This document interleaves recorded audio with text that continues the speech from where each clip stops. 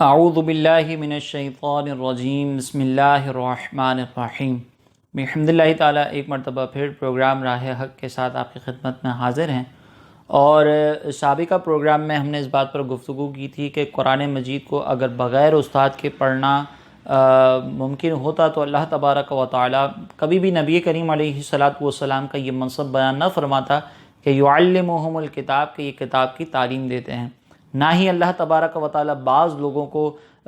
کتاب کے سیکھنے کے لیے نبی کریم علیہ السلام کی طرف رجوع کرنے کے لیے حکم فرماتا، اور پھر انہیں یہ نہ حکم دیا جاتا کہ تم جا کر اپنی قوم کو سکھانا، بلکہ حکم یہ ہوتا کہ تم ڈائریکٹ قرآن میں غور و تفکر کرو، تمہیں ہدایت نصیب ہو جائے گی۔ لیکن باقاعدہ استاد کی طرف رہنمائی کرنا، باقاعدہ کسی کی طرف سیکھنے کے لیے اللہ تبارک و تعالیٰ کا لوگوں کو حکم فرمانا کہ تم کسی کی طرف کوچ کرو اور نبی کریم علیہ السلام سے کتاب و حکمت کی تعلیم حاصل کرو۔ تو اس پر ہم نے گفتگو کی تھی کہ بغیر استاد کے بعض اوقات سمجھنے میں دقت ہو جاتی ہے۔ آج ہم جو گفتگو کریں گے وہ پہلے اس موضوع پر گفتگو کریں گے کہ کیا قرآن مجید کو سیاق و سباق سے اگر ہم سمجھیں تو یہ کافی ہے، اور کیا شان نزول سے احکامات پر کسی قسم کی کوئی تبدیلی واقع ہوتی ہے یا نہیں ہوتی۔ پہلے ہم اس پر گفتگو کریں گے، اور پھر اس کے بعد جو ہے وہ اس بات پر گفتگو کی جائے گی کہ قرآن مجید میں صرف عقائد کو ہی بیان کیا گیا اور مین موضوع اس کے صرف عقائد ہی ہیں، یا کچھ اور بھی اس کا موضوع یعنی احکامات وغیرہ بھی اس کے موضوع میں شامل ہیں یا نہیں۔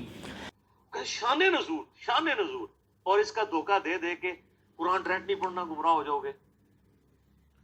یہ بات یاد رکھیں، قرآن حکیم اپنے عقائد و نظریات میں کسی شان نزول کا، کسی حدیث کا بھی محتاج نہیں ہے۔ قرآن پاک میں جو آیات آئی ہیں وہ منوان اسی طریقے سے عقیدے کے طور پہ قبول کی جائیں گی۔ احادیث سے مزید سمجھنے میں ضرور آسانی ہوگی، لیکن یہ نہیں ہوگا کہ احادیث کے بغیر وہ چیزیں سمجھنا ناممکن ہو جائے۔ ہاں، جہاں پہ ڈیفرنس آئے گا وہاں ہم احادیث کی طرف جاتے ہیں صرف اس لیے کہ سمجھنے میں فرق ہے۔ جیسا کہ سورہ بقرہ میں جب تک کالا اور سفید ڈورا الگ نہ ہو جائے، فجر کے وقت کے پوائنٹ آف ویو سے فجر کے لفظ موجود ہیں، تم نے سحری بند نہیں کرنی۔ بخاری میں آتا ہے عدی ابن حاتم نے وہ سفید اور کالا دھاگا رکھ لیا ہوا تھا، اور وہ دیکھتے رہتے تھے جب تک ان دونوں کے کلر علیحدہ نہیں ہوتے سحری کرتے تھے۔ حالانکہ من الفجر موجود تھا، فجر کے ساتھ آسمان کے ڈوروں کا ذکر ہے، لیکن حدیث نے بریف کر دیا وہ نہ بھی ہو حدیث تب بھی ہم فجر سے آسمان کا ڈورا ہی مراد لیں گے۔ جب کو فرق لگ جائے وہ علیحدہ بات ہے۔ شان نزول کا محتاج نہیں ہے قرآن کی آیات آفاقی ہے، جسے فٹ اسے گفٹ۔ اس میں میں نے مسئلہ 154 ڈیٹیل ریکارڈ کروا دیا جو دھوکہ دیتے۔ شان نزول تیمم کی آیات نازل ہوئی، صحیح بخاری میں آتا ہے ایک سفر کے دوران سیدہ عائشہ کا ہار گم گیا تھا، تو اس میں ڈیلے ہو گیا تو پانی وہاں اویلیبل نہیں تھا، تو تیمم کی آیات نازل ہوئی۔ اس واقعے سے تیمم کا طریقہ نہیں بدلتا، ایک واقع انٹرسٹ کے طور پہ ہو سکتا ہے، اینڈ رزلٹ یہ ہے کہ تیمم مٹی سے ہی کرنا ہے اور چہرے اور ہاتھوں کا مسح کرنا ہے۔ شان نزول سے فرق کیا پڑا؟ تو پہلی چیز تو اس پر ہم گفتگو کر لیتے ہیں کہ قرآن مجید میں ضروری نہیں کہ ہر مرتبہ شان نزول کی وجہ سے تبدیلی ہو، لیکن شان نزول کی وجہ سے بعض اوقات تبدیلی ہو جایا کرتی ہے۔ یعنی قرآن کے مفہوم کو اگر ہم براہ راست صرف ترجمے سے پڑھنے کی کوشش کریں، صرف عربی سے پڑھیں، تو نتیجہ کچھ اور نکل سکتا ہے، لیکن اگر شان نزول کو سامنے رکھ لیں یا کس سینیریو میں یہ آیت نازل ہوئی ہے اس کو سامنے رکھیں تو پھر نتیجہ بعض اوقات ہمیں چینج نظر آتا ہے۔ اس پر ہم نے ایک دلیل تو پچھلے پروگرام میں ذکر کی تھی، اور وہ سیدہ عائشہ صدیقہ رضی اللہ تعالیٰ عنہا والی جو حدیث ہے مسلم شریف کی حدیث نمبر 1277۔ اس میں حضرت عروہ رضی اللہ تعالیٰ عنہ کے والد وہ سیدہ عائشہ صدیقہ رضی اللہ تعالیٰ عنہا کی بارگاہ میں حاضر ہوئے، اور انہوں نے سامنے سے یہ عرض کی کہ میں یہ سمجھتا ہوں کہ اگر کوئی شخص صفا مروہ کا سعی نہ کرے تو اس پہ کوئی حرج نہیں ہے، کیونکہ اللہ تبارک و تعالیٰ نے قرآن میں سورہ بقرہ میں یہ ارشاد فرمایا کہ فمن حج البیت او اعتمر ولا جناح علیہ فلا جناح علیہ ان یطوف بہما، کہ یہ صفا مروہ کے درمیان اگر کوئی حج یا عمرہ کرتا ہے تو اس پر کوئی حرج نہیں کہ وہ صفا مروہ کے درمیان سعی کرے۔ اب ایک عام آدمی کی طرح انہوں نے اسے نتیجہ نکالا، اور وہ یہ کہ اگر مثال کے طور پر مجھ سے کوئی یہ پوچھے کہ میں بریانی کھا سکتا ہوں یا نہیں، تو میں اس کو سامنے سے کہوں کہ اس میں کوئی حرج نہیں ہے، تو اب یہ جو میرا جواب کا انداز ہے اس میں کوئی حرج نہیں، اس کا مطلب یہ ہے کہ میں صرف اس کو جواز بیان کر رہا ہوں، اور جواز کا مطلب یہ ہوتا ہے کہ آپ وہ کام کریں تو کریں، نہیں کرنا تو کوئی بات نہیں۔ اسی طرح اللہ تبارک و تعالیٰ نے فرمایا کہ جو حج یا عمرہ کرنا چاہے، حج یا عمرہ کرتا ہے، اس پر کوئی حرج نہیں کہ وہ صفا مروہ کی سعی کرے۔ اب آپ ذرا غور کریں، تم پر کوئی حرج نہیں کہ تم صفا مروہ کی سعی کرو، یعنی اس میں صرف جواز سمجھ میں آ رہا ہے، اس چیز کا جائز ہونا، کرنا ہے تو کرو، کوئی حرج نہیں، لیکن تم پر لازم نہیں۔ یہ نتیجہ ایک عام آدمی کے ذہن میں آ رہا ہے، انہوں نے بھی یہی نتیجہ اخذ کیا۔ اس پر سیدہ عائشہ صدیقہ رضی اللہ تعالی عنہا نے فرمایا کہ جو شخص بھی حج اور عمرہ کرے اور صفا مروہ کی سعی نہ کرے تو اللہ تبارک و تعالیٰ اس کے حج اور عمرے کو تمام نہیں فرماتا۔ یعنی نتیجہ یہ نکلا کہ حج اور عمرہ کے دوران جہاں پہ سعی کا حکم ہے وہاں پر سعی کرنا لازم قرار دیا جا رہا ہے، حالانکہ قرآن کے سیاق و سباق سے ایسا کچھ بھی سمجھ میں نہیں آ رہا۔ اور پھر اس پر سیدہ عائشہ صدیقہ رضی اللہ تعالی عنہا نے شان نزول بیان کیا۔ شان نزول یہ بیان کیا کہ اگر تمہیں معلوم ہے کہ یہ جو آیت ہے کس سینیریو میں نازل ہوئی تھی، انہوں نے شان نزول یہ بیان کیا کہ اصل میں مشرکین جو تھے وہ زمانے جاہلیت کے اندر جب صفا مروہ کی سعی کرتے تھے تو ساتھ میں خرافات بھی کرتے تھے۔ پھر جب اسلام کی آمد ہوئی اور اللہ تبارک و تعالیٰ نے حج کا حکم فرمایا، عمرے کی اجازت دی گئی، تو انصاری صحابہ جو تھے جو پہلے زمانے جاہلیت میں ان لوگوں کے ساتھ ہوا کرتے تھے، تو ان کو پھر اس رسم کی وجہ سے اس کے اندر حرج محسوس ہوا کہ ہم سعی کریں یا نہ کریں، ان کو وہ زمانے جاہلیت والی رسمیں یاد آتی تھیں۔ تو اس پر اللہ تبارک و تعالیٰ نے یہ آیت نازل فرمائی ہے۔ تو یہ جو فلا جناح علیکم ہے نا، اس کا مطلب یہ ہے کہ تم جو اپنے دل میں حرج محسوس کر رہے ہو وہ حرج محسوس نہ کرو۔ صرف جواز کا بیان مقصود نہیں ہے، بلکہ ان کے دل کے اندر جو ایک حرج آ رہا تھا اس کو دور کیا گیا۔ اور پھر سیدہ عائشہ نے اس کی وضاحت فرمائی کہ تمہارے قول کے مطابق اگر یہی مفہوم ہوتا کہ اس میں اگر کوئی طواف نہ کرے یا صفا مروہ کی کوئی سعی نہ کرے تو اس میں کوئی حرج نہیں، تو پھر تو یہ ہونا چاہیے تھا کہ تم پر کوئی حرج نہیں کہ تم سعی نہ کرو، حالانکہ اللہ تعالیٰ نے فرمایا تم پر کوئی حرج نہیں کہ تم سعی کرو۔ تو اب آپ دیکھیں کہ ایک عام آدمی کی طرح اگر نتیجہ اخذ کیا جائے تو کچھ اور نتیجہ نکل رہا تھا، یعنی صرف جواز سمجھ میں آ رہا تھا کہ کریں تو ٹھیک ہے، نہیں کریں تو کوئی حرج نہیں۔ لیکن سیدہ عائشہ صدیقہ رضی اللہ تعالیٰ عنہ نے شان نزول کے ذریعے بتایا کہ یہ آیت اس لیے بیان نہیں کی گئی کہ ہم یہاں سے صرف جواز ثابت کریں، یہ تو ان کے دل میں جو حرج محسوس ہو رہا تھا نا اس کو ختم کرنے کے لیے، لیکن اس سے وجوب بھی ساتھ میں ثابت ہو رہا ہے، اور وہ وجوب پھر انہوں نے بیان کیا کہ اگر کوئی شخص سعی نہ کرے تو۔ اسی طرح آپ دیکھیں کہ قرآن مجید میں ایک آیت ہے جہاں پہ اللہ تبارک و تعالیٰ نے اس بات کو بیان فرمایا کہ سور حرام ہے، مردار حرام ہے، یہ ساری چیزیں حرام ہیں، وہیں پر ساتھ میں فرمایا وما اہل لغیر اللہ بہ، یعنی وہ چیز جس پر اللہ تبارک و تعالیٰ کے علاوہ کسی اور کو پکارا جائے۔ لفظ ما جو ہے نا، لفظ ما عربک کے اندر ہر چیز کے لیے استعمال ہوتا ہے۔ اللہ تعالیٰ نے قرآن میں فرمایا خلق لکم ما فی الارض جمیعا، جو کچھ زمین میں ہے وہ تمہارے لیے پیدا کیا گیا۔ اب اس آیت کے سیاق و سباق کو دیکھا جائے، جیسے کہ انجینئر صاحب نے کہا کہ سیاق و سباق سے تو نتیجہ نکال سکتے ہیں، تو یہاں پہ صرف جانوروں کا تذکرہ ہے، بس اس سے زیادہ کچھ نہیں ہے۔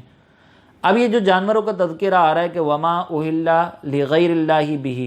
اور ایک جگہ پر آیا وما اہل بہ لغیر اللہ، تو اب یہاں پر کہیں پہ بھی جانوروں کے علاوہ کسی اور چیز کا ذکر نہیں ہے، تو اسی کو سامنے رکھ کر مختلف تراجم کیے گئے، جیسا کہ مولانا تقی عثمانی صاحب نے یہ ترجمہ کیا کہ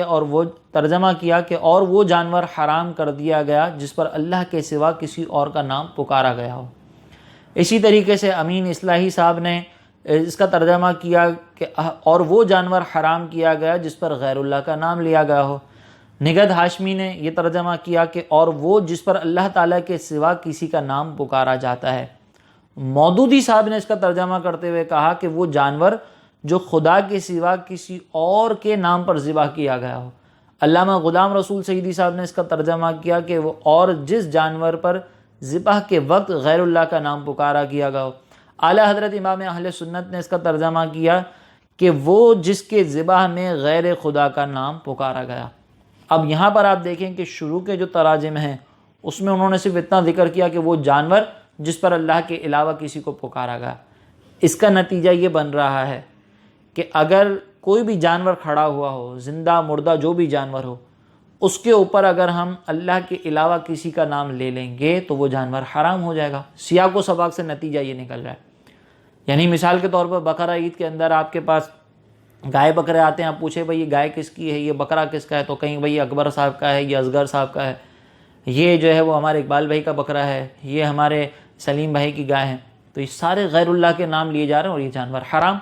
سیاق و سباق سے تو یہ نتیجہ نکل رہا ہے۔ لیکن اس کا شان نزول اگر دیکھا جائے کہ یہ آیت کب نازل ہوئی تھی، یہ کس لیے نازل ہوئی ہے، اس کے پیچھے کیا اللہ تبارک و تعالیٰ نے سینیریو تھا جس میں اللہ تبارک و تعالیٰ نے اس آیت کو نازل فرمایا، تو شان نزول یہ بتاتا ہے کہ مشرکین جو ہے یہ اللہ تبارک و تعالیٰ کے علاوہ اپنے بتوں کے نام پر جانوروں کو ذبح کیا کرتے تھے۔ تو ان کے بارے میں اللہ تعالیٰ نے یہ بیان فرمایا کہ جو تم جانور اللہ تعالیٰ کے نام کے علاوہ کسی اور کے نام پر ذبح کر رہے ہو نا، یہ حرام ہے۔ اللہ کے علاوہ بوقت ذبح کسی اور کا نام لیا گیا تو وہ جانور حرام ہے۔ اب چاہے وہ نبی کریم علیہ السلام کا نام پکارا جائے، شیخ عبد القادر جیلانی رحمۃ اللہ تعالیٰ علیہ کا نام پکارا جائے، یا کسی بھی بزرگ کا نام پکارا جائے، وہ جانور حرام ہو جائے گا۔ تو بوقت ذبح اللہ تبارک و تعالیٰ کا نام پکارنا ضروری ہے۔ اچھا، اب یہ قید کیسے آئی؟ تو اللہ تعالیٰ نے ایک اور مقام پر ارشاد فرمایا، ما جعل اللہ من بحیرۃ ولا سائبۃ ولا وصدیۃ ولا حام، کہ یہ بحیرہ، صائبہ، یہ جو سارے جانور تم نے اپنی طرف سے حرام ٹھہرا لیے نا، اللہ تعالیٰ نے انہیں مقرر نہیں کیا تھا۔ یعنی مشرکین کیا کرتے تھے کہ یہ صائبہ اور یہ اس طرح کے جو جانور تھے انہوں نے منتخب کیے ہوئے تھے کہ اگر میرے یہاں پر اولاد ہو گئی تو یہ جانور میرے لیے حرام ہو جائے گا، اس کی میں تعظیم کرتا رہوں گا، اور اس کو جو ہے وہ فلاں بت کے نام پر چھوڑ دیا جاتا تھا۔ تو اللہ تعالیٰ نے فرمایا کہ اللہ نے تو ان کو حرام نہیں کیا، یہ تو تم نے اپنے طور پر حرام کر دیا۔ اور پھر اللہ تعالیٰ نے ایک اور مقام پر ارشاد فرمایا کہ یہ تمہیں کیا ہوا کہ تم اس چیز میں سے تناول نہیں کرتے جس پر اللہ تعالیٰ کا نام پکارا گیا ہو۔ اب آپ ذرا غور کریں کہ جانور زندہ ہے، اس پر اللہ کے علاوہ کسی کا نام پکارا جا رہا ہے، تو اللہ تعالیٰ نے فرمایا اللہ نے تو اس کو حرام نہیں ٹھہرایا۔ اور جو پچھلے تراجم کیے گئے تھے صرف سیاق و سباق کو سامنے رکھ کر، اس سے نتیجہ کیا نکل رہا تھا کہ جانور زندہ بھی کھڑا ہو تو وہ حرام ہو جائے گا، کیونکہ انہوں نے ترجمہ ڈائریکٹ یہ کیا کہ اور وہ جانور حرام کر دیا گیا جس پر اللہ کے سوا کسی اور کا نام پکارا گیا ہو۔ اس میں نہ ذبح کے وقت کا تذکرہ ہے، نہ کسی اور چیز کا تذکرہ ہے۔ تو شان نزول سے پتہ چلا کہ یہ کس چیز کو اللہ تعالیٰ نے حرام فرمایا ہے، کہ مشرکین جو ہے وہ بتوں کے نام پر جانوروں کو ذبح کیا کرتے تھے، نات کے نام پر، عزا کے نام پر یہ ذبح کرتے تھے، اس کا رد کیا گیا ہے۔ تو شان نزول سے مفہوم پر تبدیلی آ گئی۔ اب یہاں پر غور و تفکر کرنے کی ضرورت ہے کہ شان نزول کس قدر ہمارے لیے امپورٹنٹ ہوتا ہے۔ ہم یہ نہیں کہہ رہے کہ ہر جگہ پر شان نزول کی وجہ سے تبدیلی آ جائے گی، لیکن شان نزول معنی کو واضح کرنے کے لیے یقیناً مفید ہوتا ہے، اور شان نزول سے بہت سے احکامات میں ہمیں وضاحت مل جاتی ہے، اور ہمارے سمجھنے کے اندر بعض اوقات کچھ کمی ہوتی ہے شان نزول سے، وہ سمجھ کی جو کمی ہوتی ہے وہ مکمل ہو جاتی ہے، اور پھر ہم صحیح مفہوم تک پہنچ سکتے ہیں۔ تو شان نزول کا مطلقاً انکار کرنا یہ ہرگز درست نہیں ہوگا۔ اس کے بعد انجینئر صاحب نے ایک بات یہ کہی تھی کہ سیاق و سباق سے جو نتیجہ نکلے گا نا وہ معتبر ہوگا، تو یہ بھی مطلقاً درست نہیں ہے کہ سیاق و سباق سے نکلنے والا نتیجہ بھی ہمیشہ معتبر ہوگا اور اس کے بعد ہمیں کسی اور چیز کی طرف متوجہ ہونے کی ضرورت نہیں ہے۔ بلکہ اگر ہم قرآن مجید میں کئی ایسی آیات ہوتی ہیں کہ اس میں ایک حکم کو بیان کیا جاتا ہے اور اس کے ساتھ کچھ قیودات بھی ذکر کی جاتی ہیں، لیکن اس کے باوجود اصل حکم کے اندر وہ قید ملحوظ نہیں ہوتی۔ جیسے سورہ نساء آیت نمبر 23 میں جب محارم عورتوں کا ذکر کیا گیا تو اس میں اللہ تعالیٰ نے ایک حکم بیان فرمایا کہ وَرَبَائِبُكُمُ اللَّاتِي فِي حُجُورِكُم مِّن نِّسَائِكُمُ اللَّاتِي دَخَلْتُم بِهِنَّ، کہ وہ ربیبہ لڑکیاں جو تمہاری پرورش میں ہوں اور ان کی والدہ کے ساتھ تمہارا تعلق قائم ہو چکا ہو تو وہ تم پر حرام ہے۔ یہاں پہ اللہ تعالیٰ نے فرمایا کہ اگر مثال کے طور پر کسی شخص نے ایسی عورت سے نکاح کیا کہ اس کے پہلے ہی کوئی بیٹی ہو، تو اب جیسے ہی اس مرد کا عورت کے ساتھ تعلق قائم ہوگا تو وہ بیٹی یعنی اس عورت کی جو بیٹی ہے وہ حرام ہو جائے گی، لیکن اللہ نے فرمایا فی حجورکم، اگر وہ تمہاری پرورش میں ہو۔ تو اب یہاں پر دیکھیں فی حجورکم، جو تمہاری پرورش میں ہوں، یہ قید ذکر کی گئی ہے۔ اب اس سے نتیجہ ہی نکلے گا، اگر ہم صرف سیاق و سباق کو سامنے رکھیں، دوسری کوئی دلیل سامنے نہ رکھیں، تو اس سے نتیجہ ہی نکلے گا کہ اگر کسی شخص نے کسی عورت سے نکاح کیا، نکاح کرنے کے بعد اس سے تعلق بھی قائم ہو گیا اور اس کی جو بیٹی ہے وہ اس آدمی کی پرورش میں نہیں ہے، تو اب وہ حرام نہیں ہونی چاہیے. نتیجہ تو یہ نکلے گا سیاق و سباق سے. لیکن حقیقتاً ایسا نہیں ہے. حقیقتاً یہ ہے کہ جس بھی عورت سے تعلق قائم کریں، اس کی بیٹی چاہے پرورش میں ہو یا نہ ہو، وہ بیٹی حرام ہو جائے گی، اور یہ شخص اس کا سوتیلا باپ کہلائے گا، اور اس سے یعنی اب اس عورت کی بیٹی سے اس شخص کے لیے نکاح کرنا حرام رہے گا. تو صرف سیاق و سباق کو سامنے رکھ کر نتائج نکالنا بھی یہ درست نہیں ہوتا. بعض اوقات صرف سیاق و سباق کو اور صرف جو قرآن کا ترجمہ ہے، جو قرآن کی آیت ہے، اسی کو سامنے رکھ کر نتیجہ نکالا جائے تو یہ غلط ہو سکتا ہے. لہٰذا اس پر بھی توجہ بہت زیادہ ضروری ہے. اگر آپ کہیں گے نماز کا طریقہ نہیں ہے قرآن میں، تو قرآن نے کب دعویٰ کیا کہ نماز کے طریقے کے لیے یہ کتاب نازل ہوئی ہے؟ یہ تو احکامات ہے، اس کا ٹاپک ہی نہیں ہے قرآن میں نماز کا طریقہ. عقیدے کے اعتبار سے قرآن پاک کی پرفیکٹ کتاب. اعمال اس کا ٹاپک ہی نہیں ہے، اعمال کی ترغیب صرف ٹاپک ہے. دوسرا پھر انہوں نے یہ کہا کہ قرآن جو ہے وہ صرف اور صرف عقائد کی کتاب ہے، احکامات اس کا موضوع ہی نہیں ہے. تو چلیں اب ہم سیاق و سباق سے نتیجہ نکالتے ہیں. انہوں نے تو کہا نا کہ شان نزول سے تو نتیجہ نہیں نکال سکتے. ہم سیاق و سباق سے نتیجہ نکال کے دیکھتے ہیں کہ کیا قرآن میں احکامات موضوع رکھے گئے ہیں یا نہیں رکھے گئے، یعنی قرآن نے صرف عقائد کو موضوع بنایا ہے یا احکامات وغیرہ دیگر چیزوں کو بھی بنایا ہے. تو سورہ نحل کی آیت نمبر 89، اس کے شروع میں اللہ تعالیٰ نے کچھ عقائد کو بیان کیا اور پھر فرمایا وَنَزَّلْنَا عَلَيْكَ الْكِتَابَ تِبْيَانًا لِكُلِّ شَيْءٍ، اور ہم نے آپ پر ایک ایسی کتاب کو نازل کیا جو ہر چیز کو روشن کرنے والی ہے. وَهُدًى وَرَحْمَةً وَبُشْرَىٰ لِلْمُسْلِمِينَ، وہ ہدایت ہے، رحمت ہے اور مسلمانوں کے لیے خوشخبری ہے. پھر آگے ارشاد فرمایا ان اللہ یأمر بالعدل والاحسان، بے شک اللہ تبارک و تعالیٰ تمہیں انصاف کا اور نیکی کا حکم دیتا ہے. وایتاء ذی القربیٰ، اور قریبی رشتہ داروں کو کچھ عطا کرنے کا حکم دیتا ہے. وینہی عن الفحشاء والمنکر والبغی، اور تمہیں بے حیائی سے، برائی سے اور بغاوت سے منع فرماتا ہے. اب آپ یہ دیکھیں کہ عدل انصاف کا حکم دینا یہ عقیدے میں تو شامل نہیں ہے، یہ تو احکامات کے اندر شامل ہے. رشتہ داروں کے ساتھ حسن سلوک کرنا یہ احکامات کے اندر شامل ہے. نیکی کوئی سی بھی ہو وہ احکامات کے اندر بھی شامل ہو سکتی ہے، وہ ہمارے دیگر اچھے اعمال ہوتے ہیں. اسی طریقے سے اللہ تعالیٰ نے فرمایا کہ میں تمہیں بے حیائی سے منع فرماتا ہے، اللہ تعالیٰ منکر سے، ناجائز چیزوں سے منع فرماتا ہے. تو یہ ساری چیزیں احکامات سے تو تعلق رکھتی ہیں. پہلے عقیدہ بیان کیا، پھر اللہ تعالیٰ نے فرمایا ہر چیز کا روشن بیان ہے، اور وہ کون کون سی چیزیں، تو اللہ تعالیٰ نے آگے احکامات کا تذکرہ کر دیا. تو قرآن کی آیت تو بتا رہی ہے کہ قرآن کے اندر نصیحتیں بھی شامل ہیں، وہ بھی اس کا موضوع ہیں، احکامات بھی اس کا موضوع ہیں، عقائد بھی اس کا موضوع ہیں. اور ان تمام چیزوں کو اخذ کرنے کے لیے نتیجہ اور طریقہ کار ایک ہی ہوگا کہ ہم احادیث کے ذریعے